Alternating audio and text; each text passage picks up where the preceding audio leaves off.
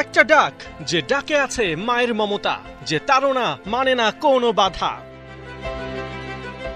England, Canada কিংবা Italy, বিশ্বের নানা প্রান্ত থেকে ওরা ছুটে আসে গায়ে জড়াতে লাল সবুজের জার্সি। এই দলটার প্রতি ভালোবাসা এতটা যেখানে দিনরাত এক হয়ে যায়, শুধু কাটে না টিকেটের নেশা। নতুন বাংলাদেশ ফুটবল নিয়ে আরো একবার প্রস্তুত। এএফসি এশিয়ান কাপ বাছাই ঘরের মাঠে, প্রতিপক্ষ সিঙ্গাপুর। তবে মাঠে নামার আগে মাঠের বাইরেও থাকে নানা কৌশল, থাকে নানা বিশ্লেষণ।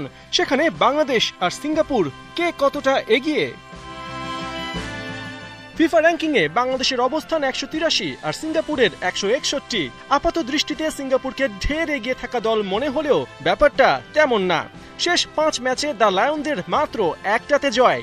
এ সময় তারা খেলেছে মালদ্বীপ, হংকং, নেপাল আর ভিয়েতনামের বিপক্ষে। অন্যদিকে বাংলাদেশ শেষ 5 ম্যাচে জিতেছে 2টায়, আর এই 5 ম্যাচে লাল সবুজদের প্রতিপক্ষ ছিল ভুটান, ভারত আর মালদ্বীপ।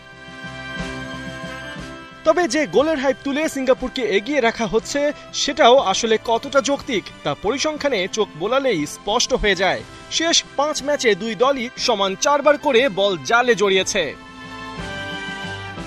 সাম্প্রতিক পরিসংখ্যানে দুই দল কাছাকাছি অবস্থানে থাকলেও হেড টু হেডে সিঙ্গাপুরের পাল্লা ভারী। এখন পর্যন্ত দুই দল মুখোমুখি হয়েছে 3 বার, যেখানে 2 বার জয় আছে সিঙ্গাপুরের, আর যেটা ড্র হয়েছে সেটাও 52 বছর আগে 1973-এর মারদেকা কাপে।